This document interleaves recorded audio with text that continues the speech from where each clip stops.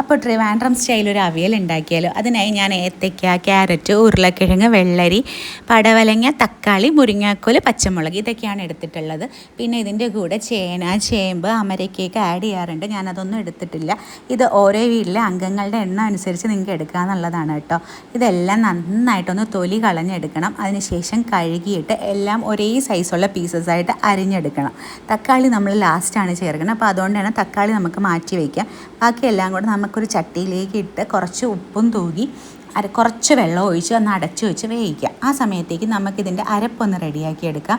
അതിനായി അരമുറി തേങ്ങ കൂടിയാലും പ്രശ്നമില്ല. അതിലേക്ക് 1 ടീസ്പൂൺ ജീരകം, 1/2 ടീസ്പൂൺ മഞ്ഞൾപ്പൊടി, പിന്നെ ഞാൻ ചേർക്കുന്നത് ഉള്ളിയാണ്, ചെറിയ ഉള്ളി. ചിലർ വെളുത്തുള്ളിയാണ് ചേർക്കണം, ചിലർ ഒന്നും ചേർക്കാറില്ല, ചിലർ രണ്ടും ചേർക്കാറുണ്ട്. അപ്പം ഞാനിപ്പോൾ ഉള്ളി എടുത്തിട്ടുണ്ട്. ഉള്ളി ആഡ് ചെയ്ത് കൊടുത്ത് 2 പച്ചമുളക് പൊട്ടിച്ചിട്ട് കൊടുത്തിട്ട് ഒന്ന് ക്രഷ് ചെയ്തെടുക്കണം. ഞങ്ങൾ തൈരാണ് ചേർക്കാത്ത.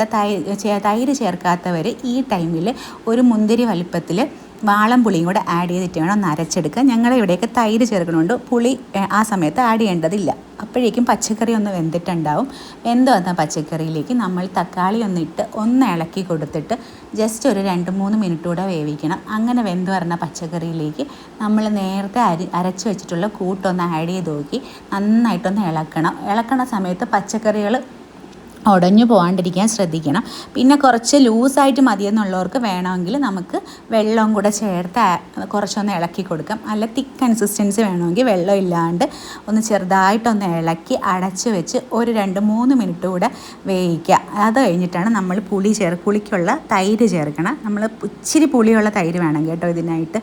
അത് ഒരു 2-3 സ്പൂൺ ഒഴിച്ചിട്ട് ജസ്റ്റ് ഒന്ന് ഇളക്കി ഒരു മിനിറ്റിനുള്ളിൽ കുറച്ചുകൂടെ ഒന്ന് സിമ്മിലിട്ട് വേവിച്ചിട്ട് അടച്ചു വയ്ക്കുക.